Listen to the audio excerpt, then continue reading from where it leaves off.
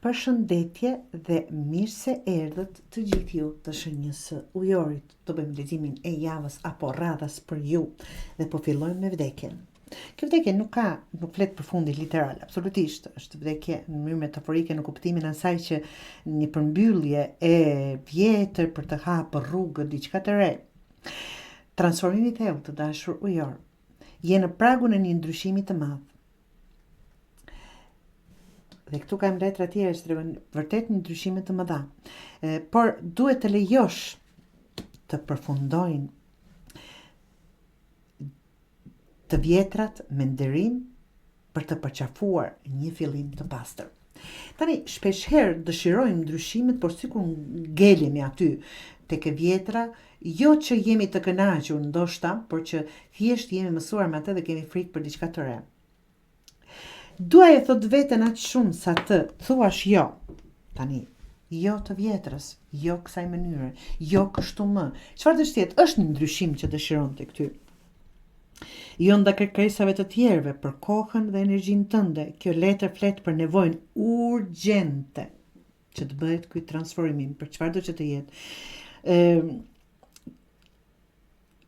Me një farë mënyrë për të vendosur kufit të shëndetshëm, sidomos tani që je në një tranzicion, duhet të ruash energjinë tënde për veten dhe për ndryshimet që do të ndodhin.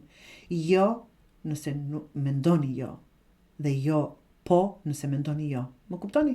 Do thotë vërtet të fokusoheni te vetja e juaj, nga që mund të jeni vetëm ju, vetë stagnimi apo bllokimi i asaj të reje, me një farë mënyrë jeni, nëse nuk i vini këto kushte vetes apo këto ta them këto kufizime të shëndetshme, kufi të shëndetshëm, nuk do mund të ecni përpara. Nga që po thoni po duke menduar jo, apo po thoni jo duke menduar po. Të bezdis jo, po që po e mendoni po. Mund të ma bësh këtë nder? Po, duke menduar jo. Në atë kuptim po e them. Çfarë do që të jetë është transformimi, është urgjent një energji që dëshiron t'ju transformoj, t'ju dërgoj diku komplet tjetër, një transformim. Tani, kjo është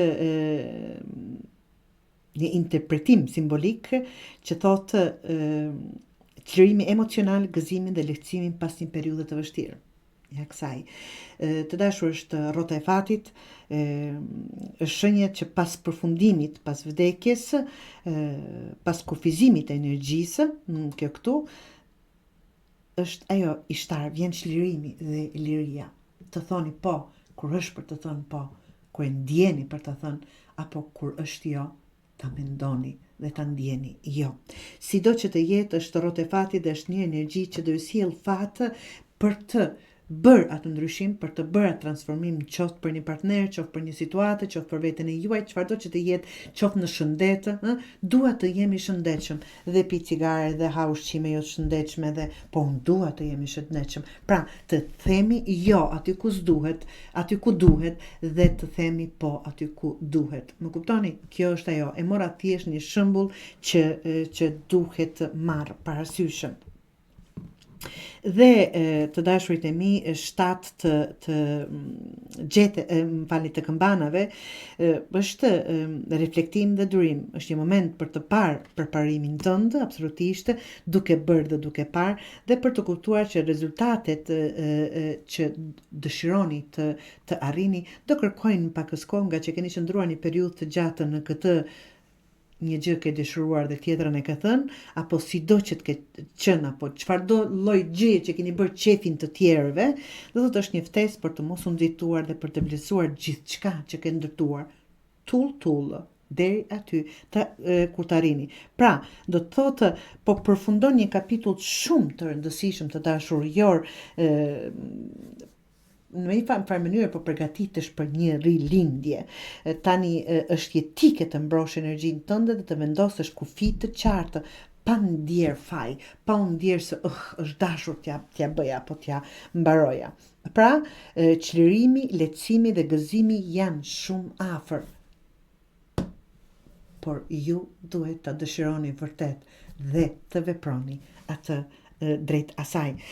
Të dashur ujor, faleminderit që ishit këtu me mua.